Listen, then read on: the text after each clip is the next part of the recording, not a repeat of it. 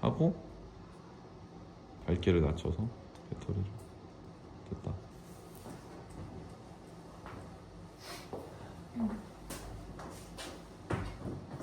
보자. 또 봐봐. 또 눕고 막 채점하고 하느라고 또 시간이 한참 지났어. 일단 독서 지문은 우리 뭐 볼 거냐면은 그 칼슘의 역설이랑 비타민 K랑 그 다음에 그거 볼 거야. 미림 차분법. 오케이? 비타민 K부터 봐봐. 4쪽. 그리고 다음 주부터는 우리 수특 진도 나갈 거니까 수특 독서 문학 사오시고요. 화작도 사와 너네. 엄매나 화작도 알겠지? 만나게 하지 않나? 수특 문학. 이게 아직 어떤 게? 아직 없다고? 다음 주엔 나와. 그래서 내가 이번 주는 사오지 말라고. 아직 없다고? 독서랑 화장. 진짜? 너 공부해? 네, 그때 수업 끝나고 나서. 그때 수업 끝나고는 저번 주잖아.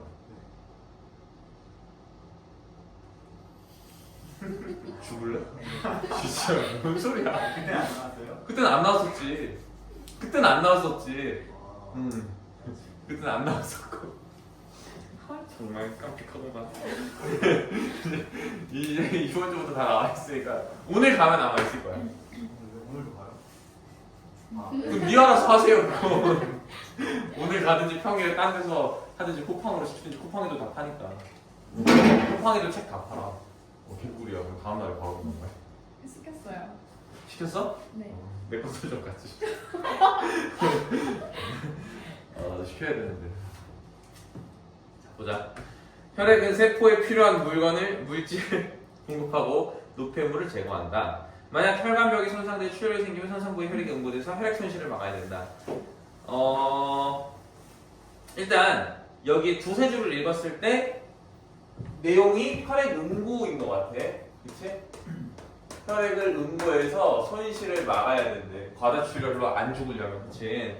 그래서 혈액 응고는 섬유소 단백질인 피브린이 모여서 형성된 섬유소 그물이 혈소판이 응집된 혈소판 마개와 뭉쳐서 혈병이라는 덩어리를 만든 현상이다. 이런 거 너네가 확실하게 머릿속에 구조화가 돼야 돼. 어떻게 구조화가 돼야 되냐면은 이 문장을 내가 여기다 이거 좀 중요해서 별거 아니지만 혈액 응고는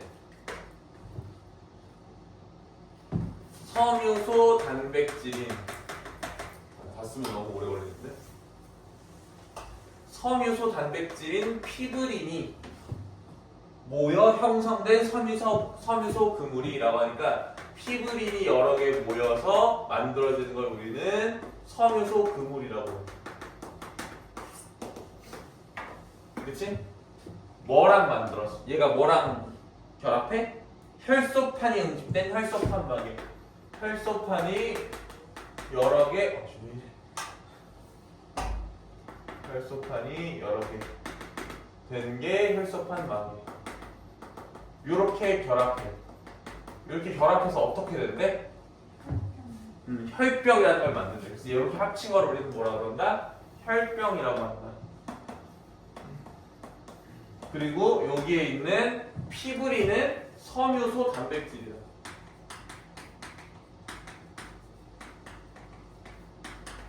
이렇게 나오는 거야. 그러니까 이게 무슨 얘기냐면 내가 여기에 문장을 보여줄 수가 없어서 그게 조금 아쉬운데 혈액 응고는 혈병이라는 덩어리를 만든 현상인데 혈소판 마개의 동그라미를 치고 섬유소 그물의 동그라미를 친 다음에 그 앞에 이 혈소판 마개가 뭘로 만들어졌는지 섬유소 그물이 뭘로 만들어졌는지 설명이 돼 있다는 거야. 그런 게 한눈에 딱 들어와줘야 돼 사실은 이런 걸 읽을 때. 그래야 너네가 과학 지문을 잘 읽을 수가 있어.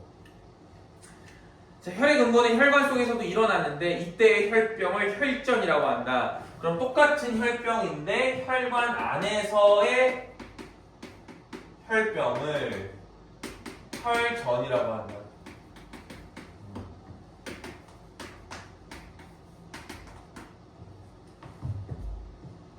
이물질이 쌓여 동맥 내벽이 두꺼워지는 동맥 경화가 일어나면 그 부위에 혈전, 침착, 혈류 감소 등이 일어나서 혈관 질환이 발생하기도 한대. 그러니까 너네가 동맥 경화가 안 일어나려면 운동도 열심히 하고 해야 돼. 그래야지 심장이 이렇게 펌핑이 되면서 혈관을 뚫어주는 거잖아. 내가 PT 한 달 반 정도 했는데 근육량이 1kg 늘었대. 그거 엄청 많이 는 거거든? 근데 지방도 600g 늘었대. 그래서 그냥 이거는 거의 커버한 건가? 해가지고 나한테 먹는 것만 좀 조절하라고 하던데 어떻게 조절해? 맛있는데. 자, 그래서 아무튼 간에 이렇게 혈관 기임환이 발생하기도 한다. 이러한 혈액의 응고 및 원활한 순환에 비타민 K가 중요한 역할을 한다라고 하니까 혈액 응고와 혈액의 순환에 대해서 얘기를 하려고 하는 거다. 그치? 혈액의 응고와 순환. 근데 여기에서 비타민 K라는 애가 굉장히 어떤 역할을 많이 한다. 자, 그럼 어떤 역할을 하냐? 바로 결론이 나와주고 있죠. 비타민 K는 혈액이 응고되도록 돕는데. 아, 그럼 응고되도록 돕는구나. 지방을 뺀 사료를 먹인 병아리의 경우 지방이 녹는 어떤 물질이 결핍되어 혈액 응고가 지연된다는 사실을 발견하고 그 물질을 비타민 K로 명명했다. 이렇게 써있지. 비타민 K가 어떻게 발견됐는지에 대한 그 배경이야, 이거 그냥. 혈액 응고는 단백질로 이루어진 다양한 인자들이 관여하는 연쇄 반응에 의해 일어난다. 그럼 얘가 뭐에 대해서 설명해주고 싶은 거야, 지금 우리한테? 혈액 응고 과정에 대해서 설명해주고 싶은 거지. 그럼 혈액 응고 과정을 설명하는데 혈액 응고 과정은 뭘 통해서? 혈액 응고 과정은 뭐야? 연쇄 반응이에요, 연쇄 반응. 근데 뭐가 연쇄 반응을 해? 단백질로 이루어진 다양한 인자들이 관여하는 연쇄 반응이래. 우선 하면서 여기서부터 약간 헬이야. 그치? 우선 여러 혈액 응고 인자들이 활성화된 이후 프로트롬빈이 활성화되어 트롬빈으로 전환되고 이런 것도 너네가 마인드맵 그리듯이 정리하는 연습이 좀 돼 있어야 돼. 오케이? 그래서 첫 번째 단계는 일단 옆에 종이를 두고 마인드맵처럼 이렇게 도식을 그려봐. 그 다음 단계는 어떻게 하는 거냐면은 지문에서 뭔가 화살표나 동그라미를 통해서 너네가 표시를 해주는 거야. 왜냐면은 이런 걸 다 쓰려고 하면 실전에서 시간이 너무 오래 걸리니까. 그렇다고 해서 이거는 배경 지식이 없는 사람은 이게 머릿속에 딱 지도처럼 들어올 수가 없잖아, 솔직히. 그치? 그 다음에 또 하나의 야매 스킬이 있어. 그게 뭐냐면은 혹시 몰라. 이걸 그림으로 표현해 놓은 보기가 있을지도 몰라. 그러니까 한번 스르 훑어보고 없으면 다 줬다는 이러고 이제 봐야지, 그치?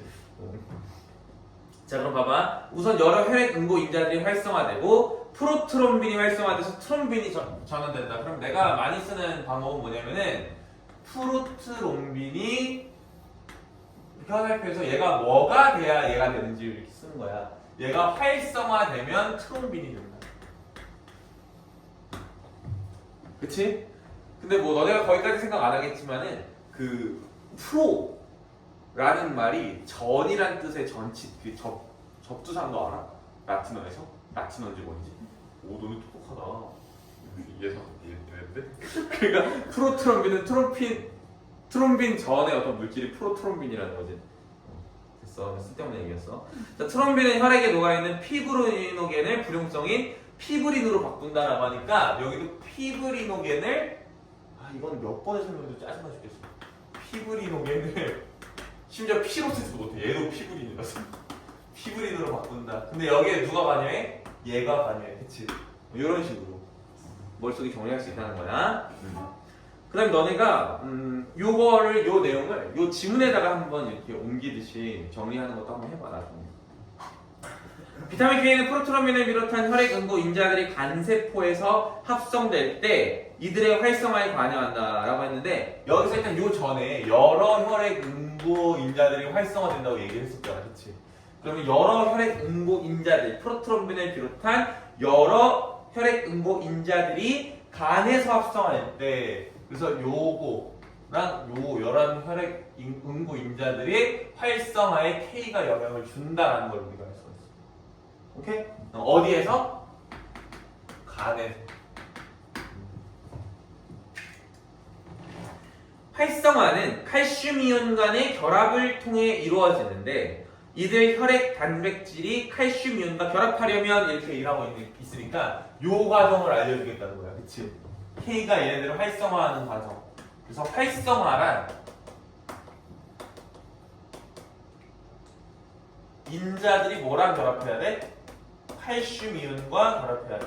칼슘 플러스 이렇게 써도 니네 알아보니? 칼슘 플러스냐 마이너스냐? 이거 없어? 아무튼 쓸게. 그치? 그러니까 생명하는 애들은 알지 않을까? 이게 칼슘 양이온인지 음이온인지. 됐어. 자, 그냥 이온 쓰기 귀찮아서 저렇게. 자, 그래서 간세포에서 합성될 때 칼슘 이온과의 결합을 통해 이루어지는데 이들 혈액 단백질이 칼슘 이온과 결합하려면 카르복실화 되어 있어야 된대. 그러니까 이 혈액 단백질들이 혈액 응고에 관여하는 단백질들이 뭐 하려면 결합을 하려면 카르복실화가 되어 있어야 칼슘 이온과 결합이 가능해. 그치? 맞아? 이 카르복실화가 먼저 돼야 결합 가능해.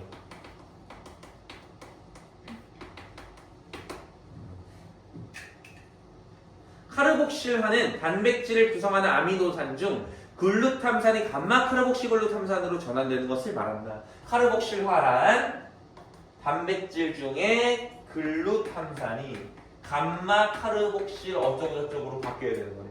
근데 여기에서 K가 뭐 해주는 거야? 카르복실화를 시켜주는 거야. 그치? 그러니까 K가 하는 일이 이거야. 글루탐산, 단백질에 있는 글루탐산을 감마 카르복시 글루탄산으로 바꿔주는 거. 탄산이 아니라 탐산. 그래서 우리는 이런 단백질들을 뭐라고 해? K 의존성 단백질이라고 해. 넌 학교 갔다 왔냐 오늘? 네. 다? 너 다 왔어? 갑자기. 아 그러네. 그래 내가 바보였다. 너무 다음 단 넘어가봐. 자 그럼 여기까지는 어떤 거에 대한 내용이야? 복잡하긴 해도 어쨌든 간에 혈액 응고라는 게 뭔지랑 그 다음에 K가 이 혈액 응고에서 어떤 역할을 하는지가 지금 정리를 해준 거지. 그 다음에 뭐라 그러냐면 비타민 K를 분류해놨어. 식물에서 합성되는 K1과 그 다음에 동물세포에서 합성되거나 미생물 발효로 생성되는 K2는 아닌다. K1은 어디서 합성이 돼? 식물. 이제 남자애들 군대 가면은 요거 많이 본다. K1, K2. 미안. 자, 그 다음에 세포에서 합성되거나 미생물 발효. 동물세포. 군대에 가면 여자애들은 심드렁하거나 그냥 재밌게 웃거든. 남자애들은 웃긴 웃는데 표정이 뭔가 한쪽에 침울함이 있어. 이제 2년밖에 안 남았어요 이제. 어? 안 그래도 어제 그 나왔어요. 병역 신검 받으러. 벌써? 딸이 안 나와 이제. 벌써 나와 그게? 신검 받는 게? 한다고 그러는데. 다 똑같이 한꺼번에 보내요. 무슨 표방 와 자랑스러운 1급 대한 번화가 되길 바랍니다. 알겠지? 정신병이 척하는. 종일병 척하는 것보다 군대 가서 그냥 열심히 생활하는 거 훨씬 나도 그 생각 가끔 했어. 훈련소 딱 가가지고 누워가지고 씨발 내가 여기 왜 있지라고 그냥 오줌이나 쌀까 했거든. 그런 생각을 한 적은 있는데 그 뒷감당하기 하는 것보다 그냥 열심히 생활하는 게 내 인생의 100배, 1000배 더 도움이 된다. 그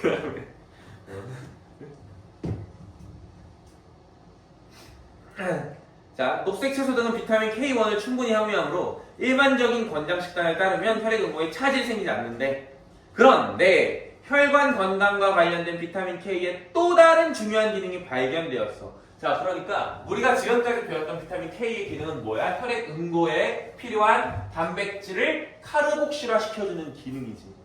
근데 이거 말고 다른 기능이 또 있다는 거야. 그게 뭐냐면 칼슘의 역설과도 관련이 있다. 나이가 들면 이런 식으로 나오잖아. 그러니까 이게 과학적으로 짜증나는 이유야. 뭐냐면 칼슘 역설과도 관련이 있습니다. 해서 갑자기 딴소리를 해. 그게 너네가 알아서 알아줘야 돼. 얘가 지금 뭐에 대한 설명하겠다는 거야. 칼슘의 역설, 칼슘, the paradox of 칼슘에 대해서 얘기하겠다는 거잖아. 뭐지? 늦은 저녁에 커피를 마셔서 그런가? 이게 텐션이 미쳤지. 그래서 칼슘의 역설과도 관련이 있다. 칼슘의 역설에 대한 설명이야. 너네가 그건 예측해야 돼. 나이가 들면 뼈 조직의 칼슘 밀도가 낮아져서 골다공증이 생기기 쉬운데 이를 방지하고자 칼슘 보충제를 섭취한다. 우리 할머니도 드시거든? 하지만 우리 할머니가 없죠? 그래서 칼슘 보충제 섭취한다. 하지만 칼슘 보충제를 섭취해서 혈액 내 칼슘 농도는 높아지나 골밀도는 높아지지 않고 이렇게 얘기해. 그러니까 이게 문제야. 원래 우리가 칼슘을 왜 먹는 거야? 골밀도 때문에. 그러면은 칼슘의 정상적인 기능이라면 골밀도가 높아져야 되는데 여기에는 칼슘이 사용되지 않고 혈액 내에 그냥 혈액 내에 칼슘이 둥둥 떠다니는 거야. 그치? 그게 문제가 된다는 거야. 그래서 혈액 내 칼슘 농도가 높아지나 골밀도가 높아지지 않고 혈관벽에 칼슘염이 침착되는 혈관 석회화. 그래서 이걸 우리 뭐라 그래? 침착, 요게 그냥 둥둥 떠다니는 것까지는 괜찮은데 여기서 이제 칼슘염이 침착되기 시작하면 침착은 쌓인다는 거야. 뭐 침착맨이 아니라 칼슘염이 침착이 되면 이걸 우리는 뭐라 그런다? 석회화, 혈관 석회화. 혈관에 굴처럼 딱딱한 게 생긴다는 거지. 그래서 동맥경화 및 혈관 질환이 발생하는 경우가 생긴다. 그럼 너네는 여기까지는 안 보이겠지만 그래서 앞에 밑밥을 깔았던 거야. 1문단에서 동맥경화가 생길 수 있다. 무슨 얘기인지 알겠어? 1문단은 동맥경화 얘기했잖아. 그래서 이걸 위한 밑밥이었어 사실은. 너는 모르겠지만 이제 알았지? 자, 근데 이 혈관 석회화는 혈관 근육세포 등에서 생성되는 MGP라는 단백질에 의해서 억제가 된대. 자, 얘를 억제해주는 애가 누구야? MGP. 얘는 어디서 만들어져? 근육세포. 혈관 근육세포. 근데 얘가 K의존성 단백질이래. 그러니까 여기서 K의 역할이 또 나오는 거야.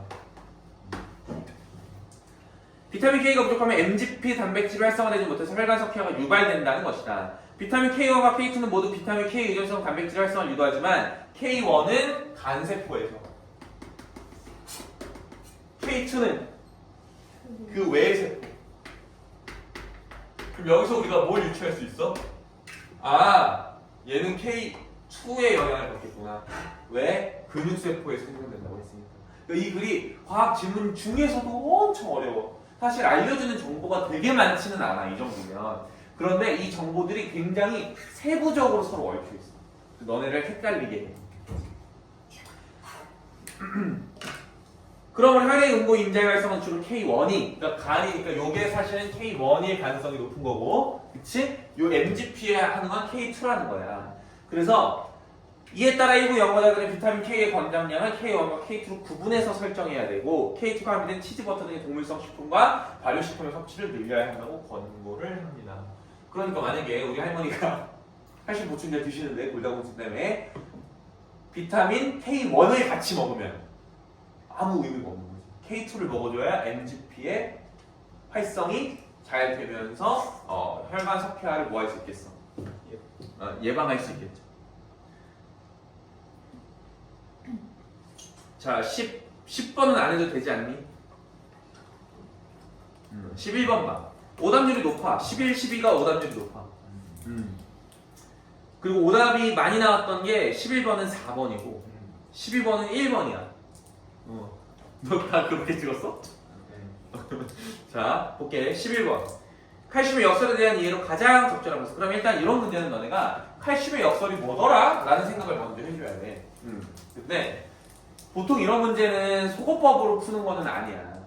왜냐면 너네가 칼슘의 역설에 대한 설명으로 적절한 것은 이라고 얘기가 나와 있으면 나 칼슘의 역설 열심히 읽었어. 알아. 골밀도가 높아지지 않고 혈액 내 칼슘이 돌아다니면서 석회화를 유발한다는 거잖아. 대충 그런 맥락의 얘기를 찾으면 되겠네? 그런 생각이 들잖아. 그치? 근데 여기는 그걸 한번 꼬아놨어. 어떤 식으로 꼬아놨냐면은 우리가 석회화가 될 수 있다는 것이다. 골밀도가 높아지지 않는다는 것이다. 이런 식으로 얘기하는 게 아니라 2번 선지를 보면 칼슘 보충제를 섭취해도 뼈 조직에서는 칼슘이 여전히 필요하다는 것이었군. 이런 식으로 뭔가 무슨 느낌인지 알겠어? 여기 그래서 설명한 부분에서 반대쪽에서 설명해 주는 거야. 골밀도가 높아지지 않는다고 얘기하는 게 아니라 골밀도가 높아지지 않는다는 건 칼슘이 필요한데 그 뼈로 칼슘이 못 갔다는 거잖아. 그 부분을 건든 거야. 그래서 처음 보는 말을 써놓으니까 애들이 2번을 그냥 넘어간다. 그치? 요런 게 출제자의 의도야. 알겠어? 이거를 내가 근데 수업 때 조금씩 문제를 이렇게 알려주긴 하잖아. 이게 출제자의 의도다, 출제자가 이런 걸 노린 거다라는 걸 알려주는데 너네가 이걸 듣는 것만으로는 부족해. 그래서 내가 그 스프링 교재를 시간 재지 말고 꼼꼼하게 풀라는 거야. 그럼 내가 알려주지 않았던 포인트에서 너네가 내가 이런 건 낚일 것 같아? 약간 이런 식의 그 공부가 돼야 돼. 그래야지 이제 진짜 그 100점이 나오는 거야 수능 보고. 근데 그거랑 같이 실전 연습도 해줘야 되는 거지. 실전 연습은 이제 머리를 빨리 굴리는 연습을 하는 거야. 4번 선지를 보면 칼슘 보충제를 섭취하면 혈관 내 단백질이 칼슘과 결합하여 혈관벽에 칼슘이 침착된다는 것이겠군. 봐봐. 실제적인 의도가 보여? 약간 말 이상하게 해놔가지고 헷갈리게. 야 그렇게 누구나 얘기하겠다. 그게 중요한 게 아니야. 그게 중요한 게 아니라 이 말이 그래 맞아. 그 나온 말을 그대로 써놨어. 혈관벽에 칼슘이 침착된다. 그게 출제자의 의도야. 그래서 4번에 어디서 틀린 거예요? 혈액 내 단백질이 칼슘과 결합하는 게 아니야. 그냥 칼슘염이 침착되는 거야. 오케이? 12번은 잘 봐. 기억과 니은에 대한 설명으로 가장 적절히 나왔어. 기억이 뭐야? 비타민 K1, 니은이 K2죠. 그럼 1번 고른 애들이 많았어. 기억은 니은과 달리 우리 몸의 간세포에서 합성된다. 왜 틀린 말이야 이게? 아 근데 저 이거 2번 골랐던 것 같은데 이게 1번이 아닌 이유가 이거는 간세포가 아닌 세포라고 써져 있어요 정확히 하나는. 네? 아니에요? 아니야. 그게 아니라 K 자체가 간세포에서 만들어지는 게 아니야.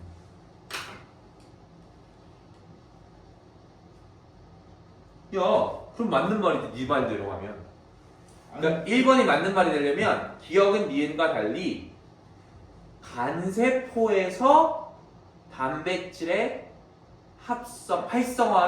활성화에 기여한다 이렇게 나와야 돼. 그러니까 간세포에서 비타민 K1이 간세포에서 K 의존성 단백질의 활성화를 유도하는 거지. 지가 간세포에서 만들어지는 게 아니야. 이 학생이 그 학생. 됐어? 네. 너 1번 골랐어? 네? 1번 골랐어? 근데 어차피 그 말이어도 틀린 거 아니에요? 아니지. 그러면 맞는 말이지. 너 이따 오답해. 네. 2번 했어요.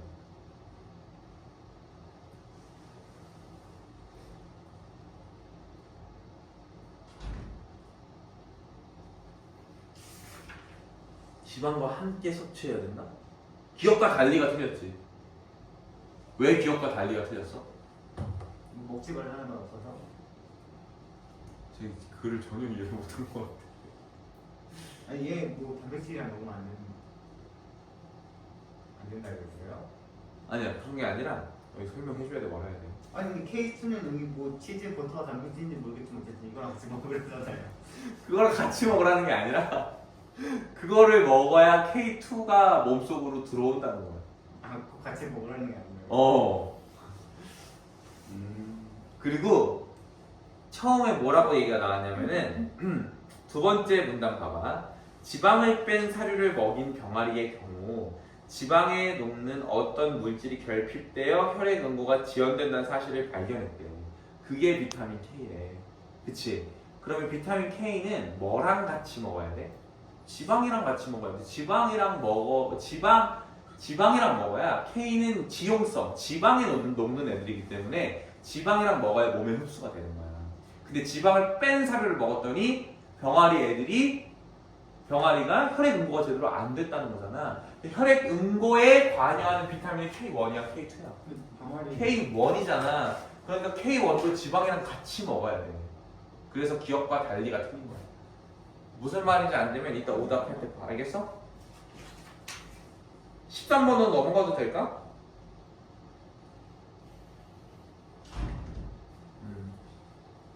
그 다음에 이중차 분법 보자.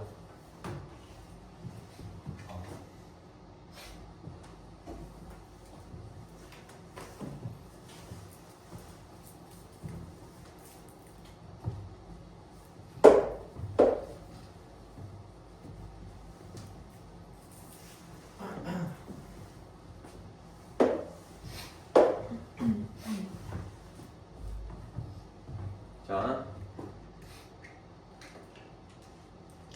경제학에서 증거에 근거한 정책 논의를 위해 사건의 효과를 평가해야 할 경우가 많다. 요 첫 문장부터 그렇게 쉽지는 않아. 너는 아무 생각 없이 읽겠지만은 경제학에서는 정책 논의를 위해서 사건의 효과를 평가해야 된대. 왜? 증거에 근거한 정책을 하기 위해서. 무슨 얘기냐면 어떤 사건이 발생했어. 그랬더니 이런 효과가 발생했어. 그러면 우리가 정책이라는 건 뭐야? 어떤 효과를 기대해서 정책을 하는 거잖아. 그치? 그럼 경제학에서는 이 정책이 정말 그 효과를 불러일으키는데 도움이 되는지를 평가해야 되는 경우가 있다는 거지. 그게 지금 이 글에서 주제인 거야. 문제 상황인 거야. 어떤 사건의 효과를 평가한다는 것은 사건 후의 결과와 사건이 없었을 경우에 나타났을 결과를 비교하는 일이다. 그런데 가상의 결과는 관측할 수가 없으므로 자 이건 무슨 얘기야? 무슨 얘기냐면 예를 들면 이런 거지. 너네가 나랑 고3을 1년을 보냈더니 수능을 1등급을 다 받았어. 희망사항이다. 그랬는데 그럼 너네가 궁금한 거야. 민영쌤이랑 안 했으면 내가 국어를 망했을까? 라는 생각을 해볼 수가 있겠지. 근데 우리가 타임머신이 있는 게 아니니까 그걸 실험해 볼 수가 없어. 가상의 결과는 관측할 수가 없기 때문에 실제로는 사건을 경험한 표본들로 구성된 시행 집단의 결과와 사건을 경험하지 않은 표본들로 구성된 비교 집단의 결과를 비교해서 사건의 효과를 평가하는데, 그러니까 우리는 원래 같으면 사건을 있을 때랑 사건이 없을 때를 그냥 서로 비교해 보면 돼. 그치? 근데 사건이 있는 것만 할 수 있지 똑같은 집단에서 사건을 없었을 때 어떤 상황이 일어났을지는 우리는 몰라. 가상의 결과는 예측할 수 없기 때문에. 그래서 우리는 이렇게 하는 게 아니라 무슨 집단과 무슨 집단? 시행 집단과 비교 집단을 비교해. 시행 집단은 사건이 일어난 집단이고 그 다음에 비교 집단은 사건이 없는 집단이야.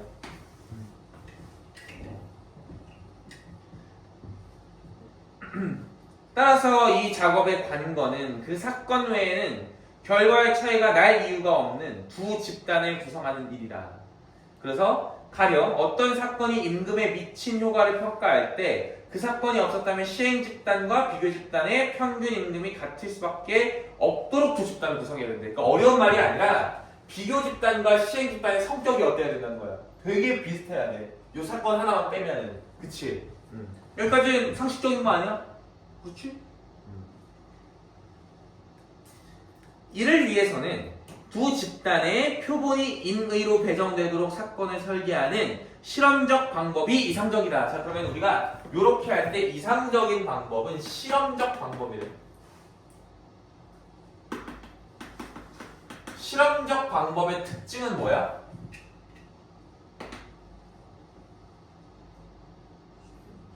네 글자야.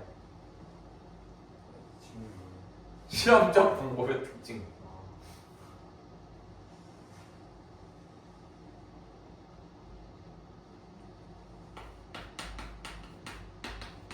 이미 배정이에요. 이미 배정. 그치? 그 다음에 그러나 사람을 표본으로 하거나 사회 문제를 다룰 때에는 이 방법을 적용할 수가 없대. 그래서 실험적 방법은 좋아. 요걸 하기에 제일 좋은 방법인데 이미 배정을 하면 되니까. 근데 사람이나 사회 문제를 다룰 때는 이걸 적용할 수 없는 경우가 많대. 이중차분법은 시행 집단에서 일어난 변화와 비교 집단에서 일어난 변화를 뺀 값을 사건의 효과라고 평가하는 방법이다. 그래서 실험적 방법에 대립되는 말인 거야. 이중차분법은. 이중차분법은 어떻게 하는 거야? 뭐 빼기 뭐야? 시행 집단 변화 빼기 비교 집단 변화. 시행 집단 변화 빼기 비교 집단의 변화야. 요게 이중차분법이야. 요게 효과라고 보는 거야.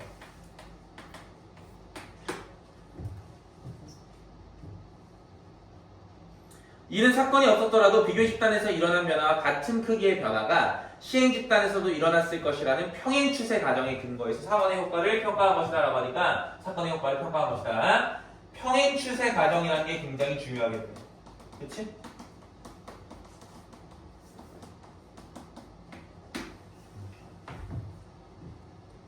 이 가정이 충족되면 사건 전의 상태가 평균적으로 같도록 두 집단을 구성하지 않아야 된다. 이게 중요한 거네. 사건 전의 상태가 같을 필요가 없어. 그러니까 무슨 얘기냐면 시행 집단과 비교 집단이 꼭 같을 필요가 없어. 그치? 그러니까 이런 거야. 예를 들어서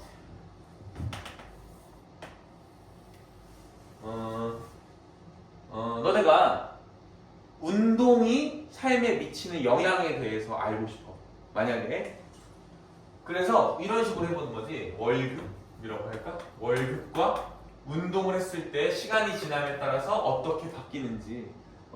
그러면 우리가 예를 들어서 운동을 하는 애들이랑 안 하는 애들을 따로 빼야 되잖아. 그치? 근데 시행 집단과 비교 집단, 실험적 방법을 쓰려면 월급이 똑같은 애들을 모아야 돼. 근데 그렇게 할 필요가 없다는 거야. 월급 한 달에 200 버는 애랑 500 버는 애랑 똑같아. 근데 얘네가 평행 추세 과정이 충족된다는 거는 둘 다 어떤 시간이 지남에 따라서 월급이 이런 식으로 똑같이 움직였을 거라는 거를 우리가 가정을 하는 거야. 그런 상황에서 얘한테 운동을 시켰어. 그랬더니 얘가 운동을 했더니 삶이 뭔가 달라졌어. 그래서 월급이 이렇게 올랐어. 그러면 여기서 일어난 변화는 요거 빼기 요거라는 거야. 그러면은 출발점이 같지 않아도 변화끼리만 뭐 하니까 비교를 할 수 있다는 거지. 요게 이중차분법의 메인 아이디어입니다.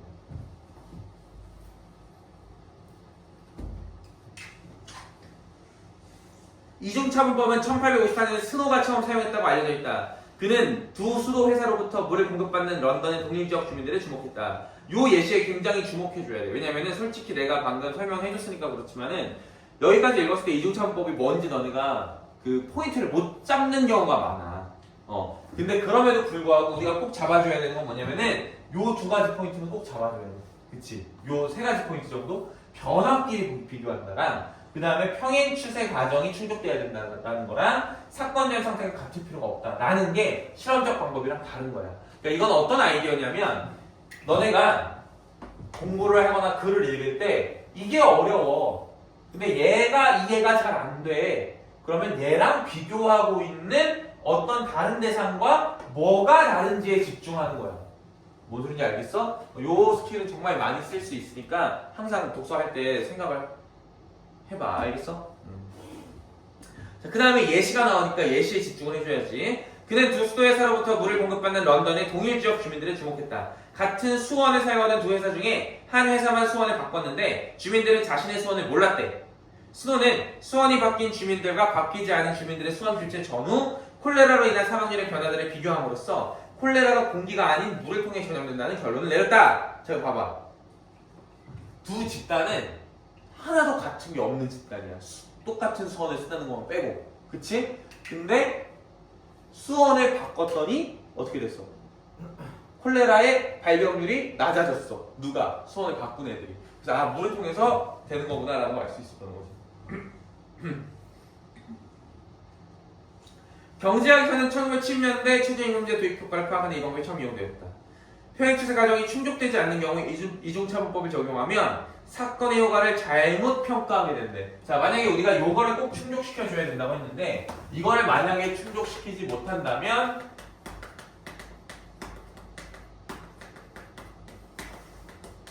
얘를 충족시키지 못한다면 어떤 일이 발생하나. 예컨대 어떤 노동자 교육 프로그램의 고용 증가 효과를 평가할 때 일자리가 급격히 줄어드는 산업에 종사하는 노동자의 비중이 비교 집단에 비해 시행 집단에서 더 큰 경우에는 평행 추세 과정이 충족되지 않을 것이다. 자, 무슨 얘기냐면 좀 어렵지만 한번 볼게. 우리가 예를 들어서 어떤 노동자 교육 프로그램의 교육 증가 효과를 평가한다.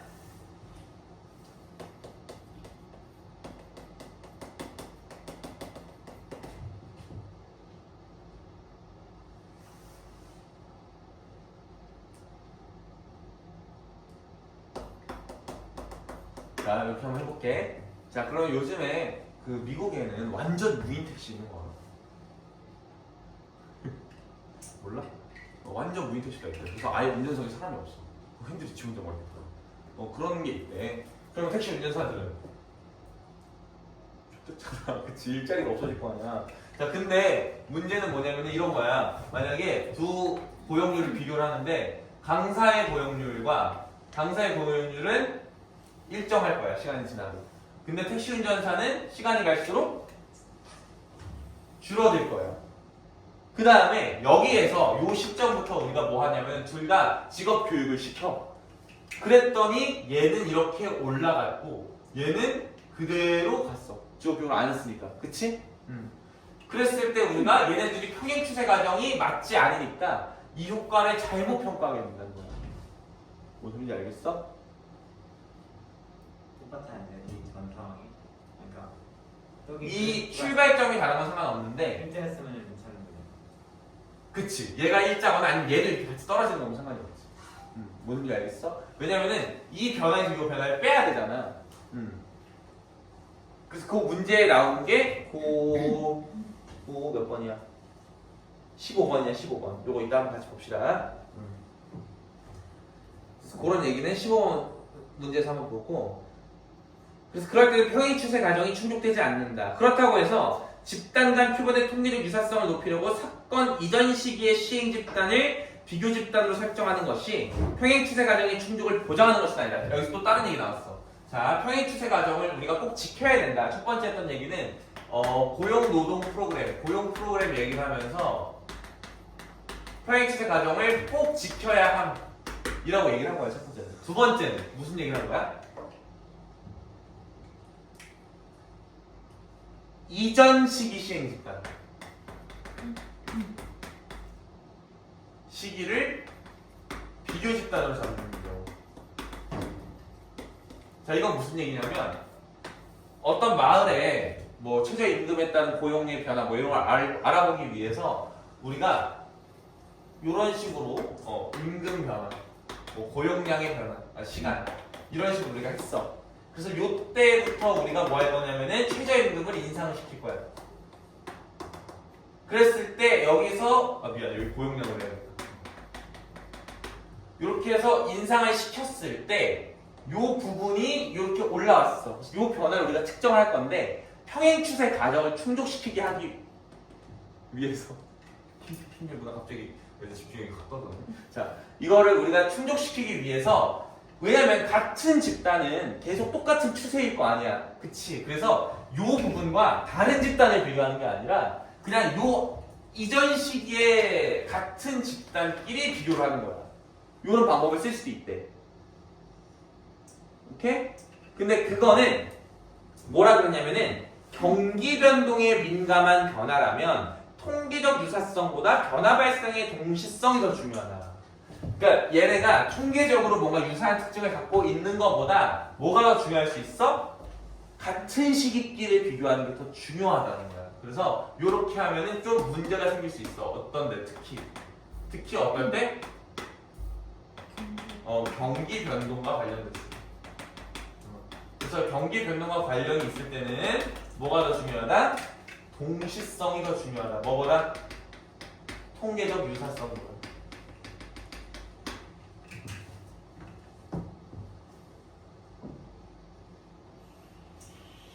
그다음에 마지막 문단에 뭐가 써있냐면은 여러 비교 집단을 구성해서 각각의 이중차분법을 적용한 평가 결과가 같음을 확인하면, 그러니까 두 집단만 비교하는 게 아니라 세네 집단끼리 비교하면은 평행 추세 과정이 충족된다는 신뢰를 줄 수가 있대. 그래서 여기는 신뢰, 이중차분법을 잘 쓸 수 있는 조건이야, 조건. 첫째는 뭐 하면 된대?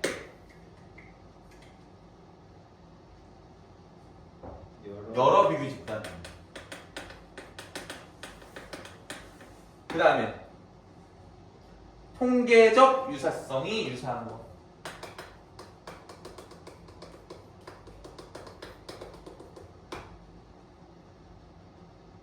그래서 우리가 신뢰도를 높일 수 있다. 이 정도로 정을 해볼 수 있어. 그래서 이거의 아이디어를 이해하는 건 그렇게 어렵진 않아. 두 집단이 그 일이 없었으면 똑같은 추세였을 거라고 생각하면 한 집단에만 변화를 줬을 때 얘네 빼기 얘네를 하면은 이 효과가 나타날 거라는 거잖아. 그치? 15번 문제를 볼까? 자, 프로그램이 없었다면 시행 집단에서 일어났을 고용률 증가는 비교 집단에서 일어난 고용률 증가보다 클, 작을, 같을 이렇게 돼 있는 거잖아. 그치? 자, 우리가 보면 여기서 항상 봐야 되는 거는 이런 문제에서 조심스럽게 봐야 되는 거는 시행 집단이 뭐냐는 거야. 시행 집단이 뭐야? 기억에서 일자리가 급격히 줄어드는 애들이 시행 집단이지. 그럼 우리가 이런 생각할 수 있어. 시행 집단에서 급격하게 줄어들고 있는 거야. 이게 시행이야. 그치? 비교 집단은 그냥 이런 거지. 이게 비교야. 오케이? 그러면은 프로그램이 없었으면 시행 집단에서 일어났을 고용률 증가는 비교 집단에서 일어난 고용률 증가보다 어때? 작지. 왜? 얘는 0이고 얘는 마이너스니까. 그치? 그래서 답은 4번, 5번 중에 하나야. 그 다음에 보면 기억의 이중차분법을 적용하여 평가한 프로그램의 고용 증가 효과는 평행 추세 과정이 충족되는 비교 집단을 이용하여 평가한 경우의 효과보다 비것이다. 여기가 이제 좀 어려워. 생각을 잘해야 돼. 자, 우리가 이런 식으로 생각해볼게. 지금 여기는 아무것도 안 했을 때잖아. 그치? 그러면 두 가지를 다 우리가 생각을 해봐야 돼. 그래프를 내가 그려줄게요. 고용 프로그램 시작. 자, 그러면 여기서 이렇게 떨어지는 애고 얘는 이렇게 쭉 되는 애야. 얘는 프로그램 안 했지 당연히 비교 집단이니까. 그 다음에 프로그램을 했더니 이렇게 올랐어. 오케이? 그 다음에 똑같은 추세의 비교 집단이 있어.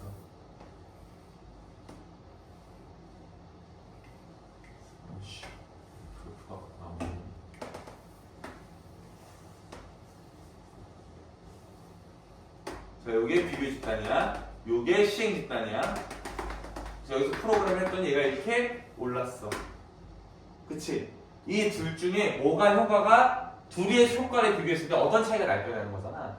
그러면은 얘가 여기의 효과를 비교해보면 이런 거 할 게 있잖아. 너네가 어렴풋이 짐작이 안 되면 그냥 아무 숫자나 넣어. 그래도 다 말이 돼야지 되는 거 아니야? 맞지? 그냥 여기를 한 5 정도로 하고 여기를 10 정도 하고 여기를 7 여기를 한 8 이렇게 잡아봐. 무슨 얘기인지 알겠어? 그럼 얘는 효과가 얼마나 한 거야?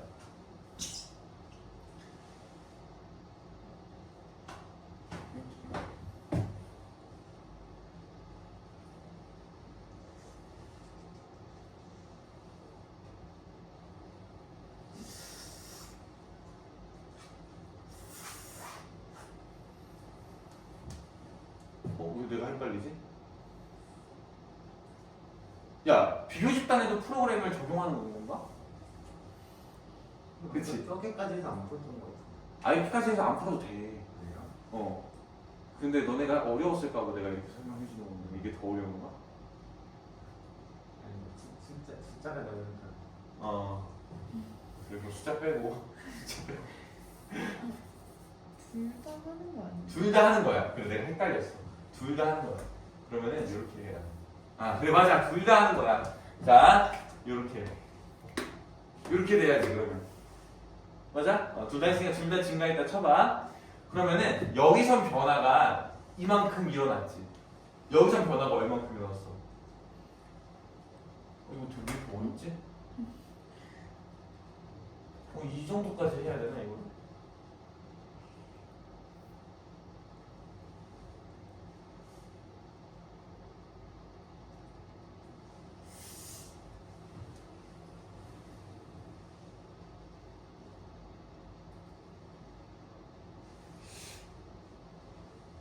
내가 머리로는 지금 됐는데 말로 한번 설명해 볼게.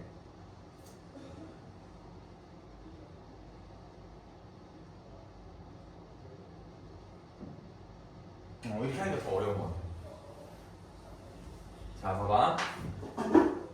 어떤 집단은 계속 고용률이 떨어지고 있어. 그치? 그리고 어떤 집단은 그냥 그대로야. 그럼 얘네랑 얘를 비교하면은 이게 시행 집단이고 이게 비교 집단이잖아. 그치? 그러면은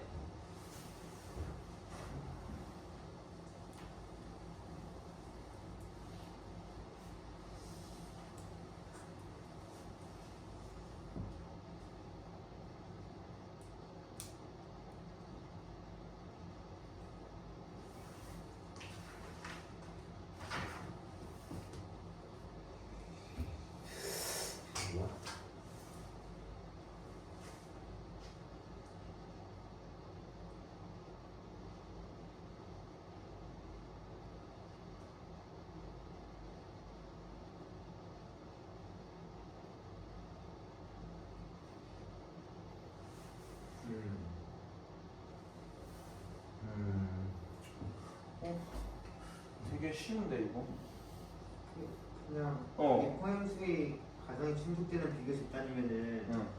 그 시행 집단이랑 같거나 적은 거니까 아니, 많은 건가? 많은 거니까 같거나 많은 거니까 시행 집단보다 그게 효과가 하면은 어쨌든 효과를 보는 사람이 많고 똑같거나 많은 거잖아요. 그 반대인가? 어쨌든 그러니까 그러니까 이게 시행 집단, 비교 집단.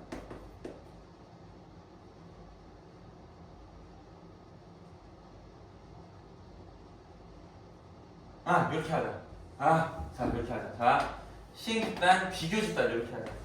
오케이? 원래 얘네가 이런 식으로 갈 거였어.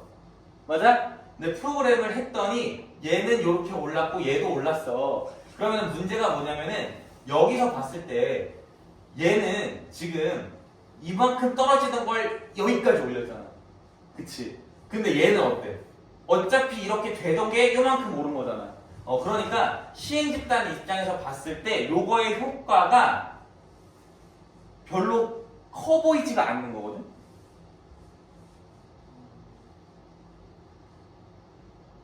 근데 만약에 시행 집단과 비교 집단이 똑같은 추세야. 이거 왜 이렇게 나 설명을 못하지? 기다려봐. 내가 이 지문을 한두 번 하는 게 아닌데 뭔가 뇌 점지가 왔나.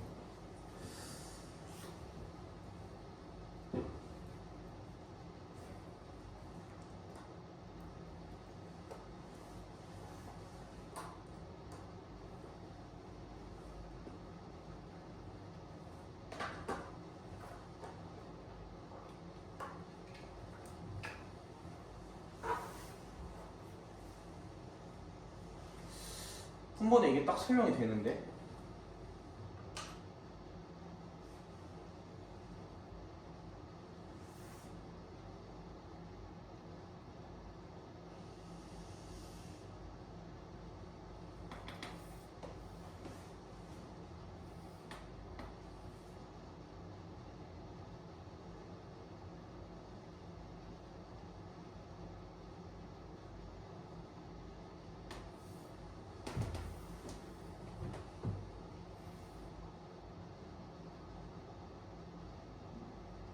뭐 이런 식으로 해보자. 만약에 여기서 요게 비교 집단애가 쭉 들어가고 얘는 시행 집단애가 이렇게 프로그램을 했더니 이렇게 고용률이 올라갔어. 근데 이중차분법에서 효과는 뭐냐면은 시행 집단의 변화 빼기 비교 집단의 변화잖아. 그럼 여기에서는 비교 집단은 변화가 1도 없었지. 그 다음에 여기서는 이만큼이 변화를 했어. 그러니까 얘가 보기에는 여기에서 이만큼 변화를 시켰으나 지금 요 변화에서 요 변화를 빼보면은 효과가 없었던 걸로 보이는 거야. 무슨 얘기인지 알겠어? 변화를 그 적응했을 시점부터가 아닌 거예요. 그치. 왜냐면은 평행 추세 과정이 지금 맞지가 않잖아. 그러니까 무슨 얘기냐면은 시행 집단의 변화가 사실은 이만큼이 있었는데, 그치? 근데 비교 집단은 변화가 없었어. 그치? 왜냐면 평행 추세 과정을 보면은 얘가 그냥 이 비교 집단은 쭉 고용률이 이어졌을 거란 말이야. 그치? 근데 만약에 얘가 똑같은 평행 추세 과정을 충족하는 애랑 비교를 했으면 효과가 그만큼 많다는 걸 우리가 알 수가 있지. 근데 비교 집단은 프로그램을 하든 안 하든 어차피 계속 고용률이 높을 거 아니야.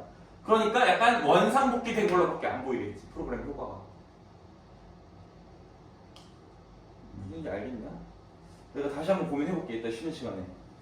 이게 이렇게 어렵게 설명하는 게 아니야. 이거 대충 대충 보고 풀었던 것 같습니다. 넌 어떻게 풀었어? 그러니까 제가 아까 못 골랐어요. 못 골랐어?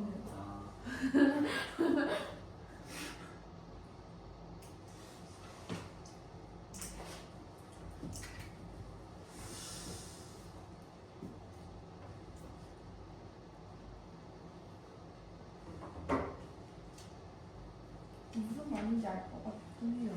무슨 말인지 알 것 같긴 해. 네. 찝찝하네.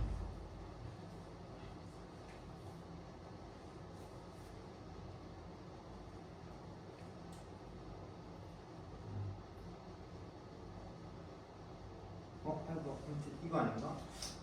평행 추세 과정에 충족을 안 하면 이중차분법을 적용하는데 그때는 이 노동자 비율이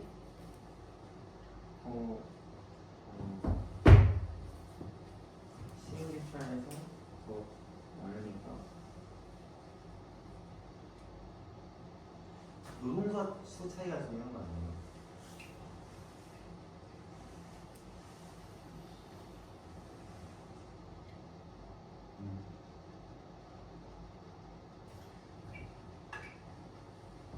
이게 되게 당연한 얘기거든.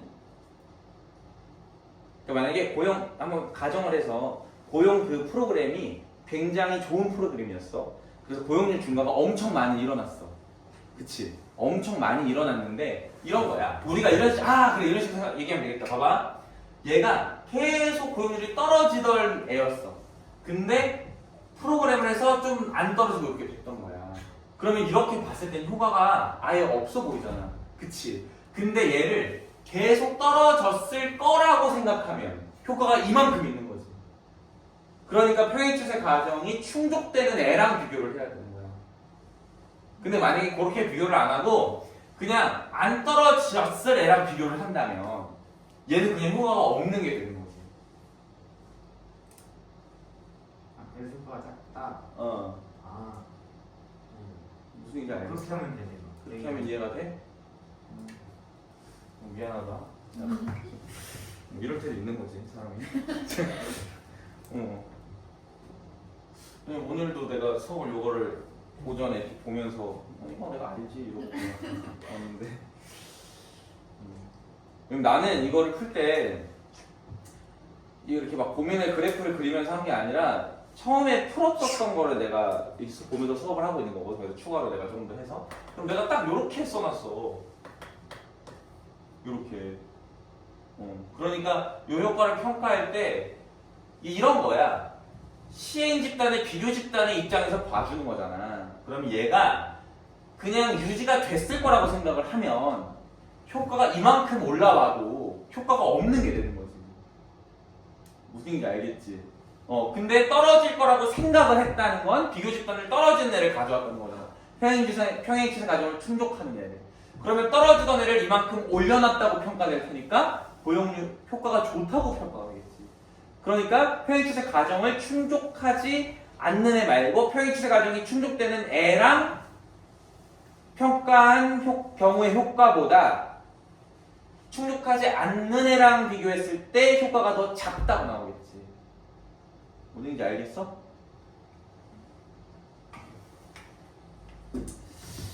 쉽지 않네. 자, 그 다음에 14번은 다 잘 풀었어. 14번도 이거 오답률 높은 문제거든. 틀렸어요. 14번은 왜 틀렸냐면 다 맞는 말처럼 보이거든. 맞아요. 근데 1번 선지를 보면은 실험적 방법에서는 시행 집단에서 일어난 평균 임금의 사건 전후 변화를 어떤 사건이 임금에 미친 효과라고 평가한다 이렇게 얘기하는데 이거는 실험적 방법은 요거잖아. 요거. 그치?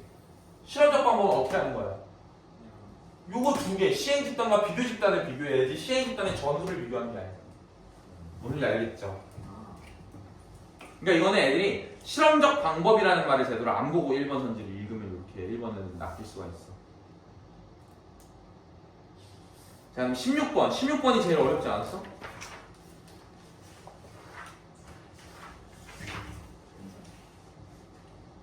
16번이 아니야? 안 어려웠어? 어려웠을 텐데? 감이 왜 어려웠을 거라고. 자, 보면 여기에서 근데 문제는 애들이 잘 풀거든. 보통 보면은 문제는 잘 맞췄니? 맞히는데 여기에서 좀 봐줬으면 좋겠는 게 뭐냐면은 너네가 많이 놓치는 게 그냥 막 풀다가 어거지로 맞히는 경우가 많아요. 이 문제는. 사실 조금 꼼꼼히 보면은 내가 제대로 안 알고 풀었네? 이런 생각을 조금 할 수가 있어. 보면 일단 아래의 표는 S국가의 P주와 그에 인접한 Q주에 위치한 식당들을 1992년 1월 초와 12월 말에 조사한 결과의 일부이다. P주는 1992년 4월에 최저임금을 시간당 4달러에서 5달러로 올렸고 Q주는 최저임금을 안 올렸어. P주 저임금 식당들은 최저임금 인상 전에 시간당 4달러 임금을 지급했고 최저임금 인상 후에 임금이 상승했어. P주 고임금은 최저임금 인상 전에 이미 시간당 5달러보다 더 높은 임금을 지급했고 최저임금 인상 후에도 임금이 상승하지 않았다. 이때 최저임금 인상에 따른 임금 상승이 고용 미치는 효과를 평가한다라고 했을 때 우리가 이 글에서 제일 중요한 거는 사건이 미치는 효과를 판단한다는 거잖아. 맞지? 그러면은 이 문제에서 사건에 해당하는 건 뭐야? 임금 상승. 효과는? 고용률 증가? 그치? 안 헷갈리고 잘 풀었구나 다들. 자랑스럽다. 보통 애들이 뭘로 헷갈리냐면은 이 임금 상승이 고용에 미친 효과라는 걸 얘기하기 전에 계속 최저임금을 올렸더니 임금이 실제로 올랐다 안 올랐다 이 얘기를 계속 하잖아. 그래서 요게 최저임금이고 요게 임금이라고 생각하고 무슨 예를 줬어. 그래서 그런 거를 항상 명확하게 보라는 그런 뭘 주는 교훈을 주는 문제야. 오케이? 그 다음에 그러면은 이 집단에서 너네가 이 문제를 풀 때 안 헷갈렸는지 모르겠는데 피주 저임금, 피주 고임금, 큐주 식당 중에 시행 집단은 어디야? 왜냐면은 1번 선지만 봐도 최저임금 인상 후에 시행 집단에서 일어난 변화 1.3명에 이렇게 써있는데 여기서 시행 집단이 피주 저임금 식당이라는 거를 니네가 어떻게 판단해? 그냥 그런가 보다 하고 풀었지 니네. 왜냐면 1.3이라는 숫자가 나오는 게 피주 저임금밖에 없으니까 이거 맞는 말이겠지. 설마 여기서부터 틀리겠어? 그치. 왜? 애초에 우리가 평가하려고 했던 게 뭐야? 임금 상승이 고용에 미친 효과를 평가하려고 한 거 아니야? 그러면 유일하게 임금이 상승된 데가 어디야? 피주 저임금이야. 그래서 피주 저임금이 시행 집단인 거야. 그냥 1번 선지를 보고 피주 저임금이 시행 집단인 게 아니라. 그러니까 물론 이거는 문제가 어렵지 않게 나왔지만 충분히 헷갈리게 될 수 있겠지. 뭔 소리인지 알겠어?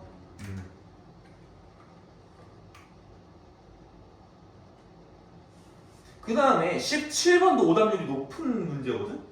다 맞았냐? 근데 이거는 다 맞았으면 됐어. 생각을 바꿔 이거 처음으로 봤어. 아, 이 문맥 문제를? 생각을 바꿔.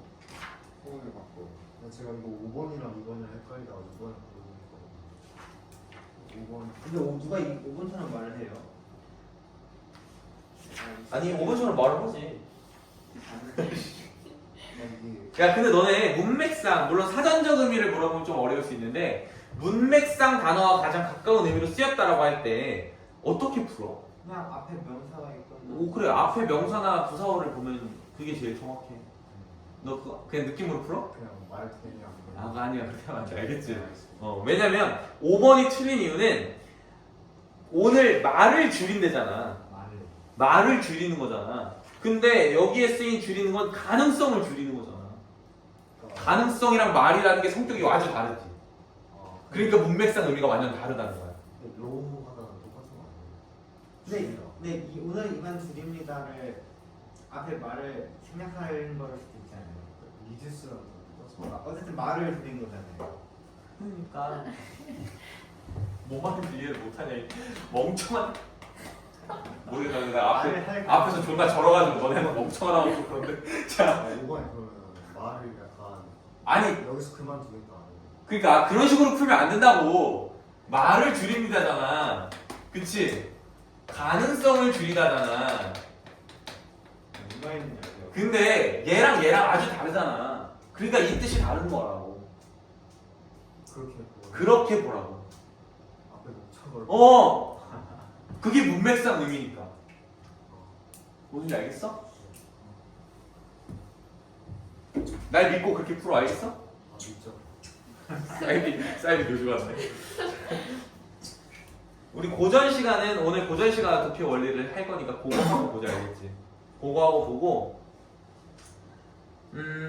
여기 대신에 8쪽에 보면 다 지문을 봐. 다 지문 어렵진 않은데 26번 혹시 틀린 사람 있어? 26번 오답률이 높아. 저요. 이것도 다 맞는 말 같았지? 네. 네. 자, 그러면 일단 다는 내가 안 읽어도 되는데 너네가 이 문제를 풀다 보면 문제를 몇 번 문제? 26번을 풀다 보면 무슨 생각을 하게 되냐면은 1번 선지를 봐봐. 그 집을 떠나도 그의 오감이 불분명한 거는 맞지. 그의 오감이 불분명한 게 맞나? 거기서부터 틀린 건가 이게? 아니 그랬다 그랬던 것 같은데. 오감이 불분명한 건 맞아. 그의 오감이 그 맞아? 아, 그? 모든 아, 것이 이거 그러니까 그 아 맞네. 맞아. 모든 것이 오감이 불분명한 건 맞아, 그치? 네. 어머니도 그 집을 떠나는 오감이 불분명하다는 얘기했잖아, 그치? 그가 어머니잖아. 근데 불분명한 것은 비밀들이 그의 아파트에 감춰져 있기 때문이다. 이렇게 얘기하고 있잖아. 그러니까 그치, 아파트에서는 그 비밀이 없으니까 맞는 얘기지 하고 그냥 넘어간 거야, 얘가. 근데 이거는 문학을 너무 대충 읽는 거야. 자, 어디를 보냐면 다 지문에 첫 번째 문단 세 번째 줄 끝에를 봐봐. 그는 그 집에서 크면서 자연 속에 감춰진 비밀들을 깨달았다 이렇게 써있지. 그러면은 이런 그림이 그려줘야 돼. 자연 안에 뭐가 있어? 비밀. 비밀이 있어. 그 다음에 뭐라 그러냐면 그 집에서 크면서 자연 속에 감춰진 비밀들을 깨달아갔대. 그러면은 그 집은 그 비밀들을 깨달을 수 있는 공간이야. 그치? 근데 아파트는 그 비밀을 깨달을 수가 없는 공간이잖아. 이렇게 머릿속에 그려져야 돼. 그럼 봐봐. 그러고 나서 1번 선택 다시 봐봐. 비밀은 어디 감춰져 있어? 자연. 근데 그치. 아니 아파트랑 자연이랑 다른 데예요? 그러니까 틀렸지. 아니 다른 데예요? 너는 어떻게 점수가 그렇게 나오냐? 가끔 제 질문하는 걸 들으면은 저 점수가 어떻게 나왔지 싶어. 아니 그 집에서 컸잖아요. 그 집이 아파트가 아니라고. 노란 집이라고. 노란 집이요. 화를 열받잖아. 아, 알겠어? 생각 안 하고 있었네. 너 어떻게 그렇게 다 맞아? 나 너무 신기해. 틀렸어요 그래도. 아 그게 아니라 점수 자체는 높잖아. 딴 지문은 그런 식으로 안 읽어? 딴 질문은 그러니까 모르겠어요. 아니, 신기해. 약간 그런 거 같아. 그러니까 인간들은 다 이걸 이해를 하고 뭔가 이거 푸는데 가끔씩 챗GPT한테 뭘 물어보면 그 이해를 못하고 그냥 얘기하는데 맞는 말인 것 같은 그런 느낌이야. 가끔씩. 아니 약간 감을 때려맞추는 느낌 없지? 영어도 그렇게 풀긴 해. 너 그러면 안 돼. 영어도 그렇게 나오더라고요. 그러면 기복이 생겨 사람이. 기복을 없애는 게 제일 중요해 수능 국어는. 그래서 요즘 좀 고민이에요 진짜. 고민인 게 아니라 시간이 많으니까 꼼꼼하게 대충 읽어내. 자꾸 이러지 말고. 아니 근데 막 그렇게 막 안 하려고 그러면 점수가 안 나오니까. 근데 기본이 많은데 점수가 높은 거 아니 근데 영어는 그렇게 기복이 없어요. 지금까지 찍을 정도로 다. 진짜. 절대. 약간 잘하네. 절대 평가네 영어. 이네. 아니 모의고사. 그러니까 모의고사도 절대 평가잖아. 절대 평가요. 응. 네. 포인트로 계속 받는 게 쉬운 거 아니야? 쉬워요. 그건 기복이 있는 게 아니지. 아니 기복이 없다고요. 아 감으로 때려 맞히는데 네. 근데 국어는 기복이 있으면 안 된다고. 근데 감으로 때려 맞추면 기복이 생길 수밖에 없어. 국어는 뭐 영어는 내가 모르겠어. 영어는 딴 사람한테 물어봐. 감으로 때려 맞춰도 기복이 없을 수 있나요? 이렇게. 근데 국어는 기복이 있을 수밖에 없어. 감으로 때려 맞추면. 있긴 해요 근데. 그러니까 너가 그 선지가 왜 맞고 왜 틀린지가 확실히 네 생각이 있어야 된다고. 그냥 넌 항상 오답할 때도 보면 질문이 별거 없고 그냥 해설 보니까 제가 대충 했네요. 약간 이런 식이잖아. 네.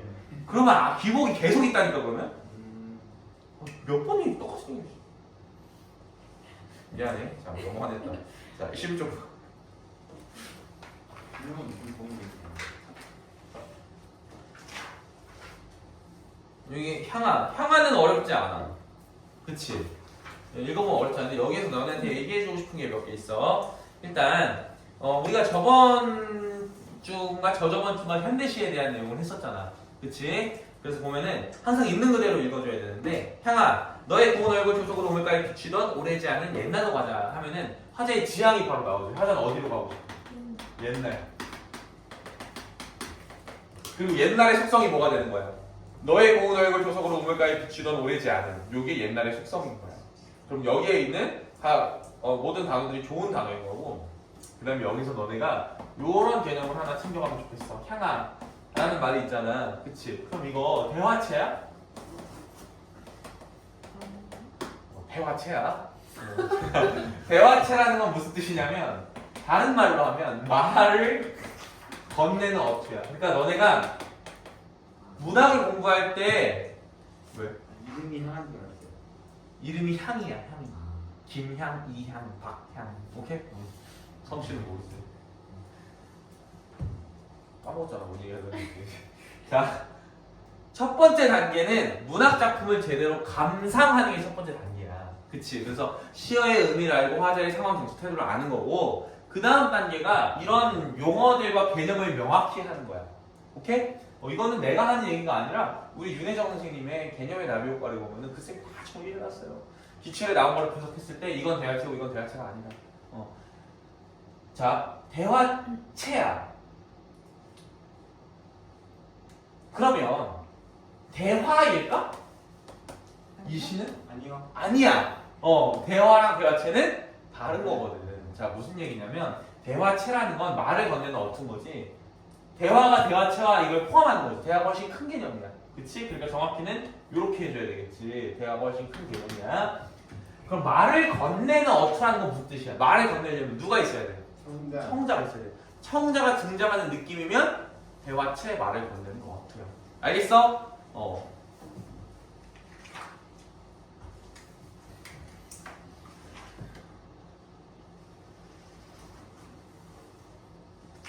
자, 그 다음에 쭉 읽어볼게. 수스럭거리는 수수밭 사이 껄쩍스런 웃음들 들려나오며 홈이나 바구니에 든 환한 얼굴 그림처럼 나타나던 석양. 구슬처럼 흘러가는 냇물과 맨발에 담고 늘어나는 빨래들을 들려 전설 같은 풍속으로 들어가자. 다 이거 옛날에 대한 설명이고, 그 옛날이 뭐야? 전설 같은 풍속이야. 알겠어? 너무 빨랐어. 빨리 하고 얘들 좀 쉬라고. 눈동자를 보아라 향한. 눈동자는 좋은 거야 나쁜 거야? 좋은 거죠. 보라고 하니까. 회올리는 무지갯빛 서울에 눈부심에 너 빼앗기지 말고. 무지갯빛은 좋은 거야 나쁜 거야? 나쁜 거야. 이렇게 바로 나와야 돼. 알겠어? 왜? 무지갯빛 허울에 눈부심에 너 빼앗기지 말라고 하니까 무지갯빛도 안 좋은 거고 허울도 안 좋은 거고 눈부심도 안 좋은 거야. 철따라 푸짐히 두레를 먹던 정자나무 말로 돌아가자. 미끈덩한 기생충의 생리와 허식이 이니 배기 전으로 라고 하니까 미끈덩한 기생충의 생리와 허식 이건 딱 봐도 안 좋아 보이는데 여기에 인이 배기기 전으로 가자고 하니까 여기도 안 좋은 거지. 맞아? 이런 식으로 해석을 할 수 있어야 돼. 넘어가 봐. 향아 허물어질까 두렵느라 얼굴 생김새 맞지 않는 발돋움의 흉내. 발돋움의 흉내도 안 좋은 거겠죠. 이런 식으로 그냥 가면 돼. 그래서 이거는 그냥 딱 하다가 지향하는 부분과 지향하지 않는 부분을 너네가 대조만 할 수 있으면 웬만한 거 다 맞출 수 있는 그런 시다. 나는 조금 어렵지 않았니? 안 어려웠나 나도? 한번 빠르게 읽어볼게. 30분 전에 끝내고 좀 쉬자. 이사온 그는 이상한 사람이었다라고 하니까 여기서 중요한 대상은 누구야? 이사온 그의 집 담장들은 모두 빛나는 유리로 채워졌다라고 하니까 그 집의 담장이 어떻게 생겼어? 유리로 돼 있어. 골목에서 놀고 있는 부주의한 아이들이 잠깐의 실수 때문에 풍성한 햇빛을 복사해내는 그 유리 담장을 박살내고 냈다라고 하니까 얘는 햇빛을 복사하네 이렇게. 햇빛을 복사해. 근데 애들이 박살내 이거를. 근데 뭐라 그래? 그러나 얘들아 상관없다. 유리는 또 깔아, 또 깔아, 또 깔아. 피우면 되지. 마음껏 이 골목에서 놀자. 진짜 니 말대로 병원을 가봐야 되나? 또 근데 이거 좀 헷갈려. 약간 그 누가 가방 사러 가가지고 끈이 긴 가방을 싸고 싶다고. 그래서 혹시 끈 긴 가방 없어요? 그래서 근데 사장이 못 알아듣더래. 끈 긴 거요. 끈 긴 거를 몇 번 얘기했는데 못 알아듣더래. 근데 다시 생각해보니까 자기가 끈 긴 거라고 얘기를 안 하고 긴 끈 가방이라고 해야 되는데 근낀이요. 근낀 계속 이러고 있었다. 나도 자꾸 이거 또 깔아 자꾸 이러니까. 그래서 이 골목에서 놀려면서 굉장히 포용을 하고 있고 아량을 보이고 있어. 유리를 깬 아이는 얼굴이 새빨개졌지만 이상한 표정을 짓던 다른 아이들은 아이를 잡게 곧 즐거워했다. 그래서 아이들이 여기서 놀면서 자꾸 실수를 하는데 그거를 용서해주는 느낌이야. 견고한 송판으로 담을 하면 어떨까? 그러니까 우리가 어차피 자꾸 축구하다가 여기서 이걸 깨니까 얘를 유리로 만들지 말고 송판으로 바꾸면 어때요? 라는 근본적인 문제 해결을 했더니 걔는 추방됐어. 유리 담장은 매일같이 깨어졌다. 필요한 시일이 지난 후 동네의 모든 아이들이 충실한 그의 부하가 되었다. 어느 날 그가 유리 담장을 떼어냈을 때 그 골목은 가장 햇빛이 안 드는 곳임이 판명되었다. 그러니까 이 유리 담장이 어떤 걸 의미하는 거야? 햇빛을 눈속임으로 복사해주고 있었던 거고 사실 여기 햇빛이 들지 않는 곳이었던 거지. 자, 아이들은 묵묵히 벽돌을 날랐다고 하니까 이 사람이 다 부하가 됐다. 솔직히 이것만 봤을 때 이해가 잘 안 돼. 근데 보기를 보면 이제 우리가 좀 이해를 할 수가 있겠죠. 그래서 가는 됐고요. 보기의 세 번째 줄을 보면 나는 환영을 통해 대중의 이성을 마비시키고 그럼 요 유리감정이 환영이 되겠죠. 국어는 내가 대응이라고 그랬잖아. 요게 환영이구나. 이렇게 대응시킬 수 있으면 대중의 이성을 마비시키고 대중을 획일적으로 길들이는 권력의 기만적 통치술에 대한 비판 의식을 담고 있다. 이렇게 보면 될 것 같아요. 그렇게 얘기를 하면 될 것 같고 이거의 질문은 이따 푸는 시간에 하고 쉬었다가 40분부터 다시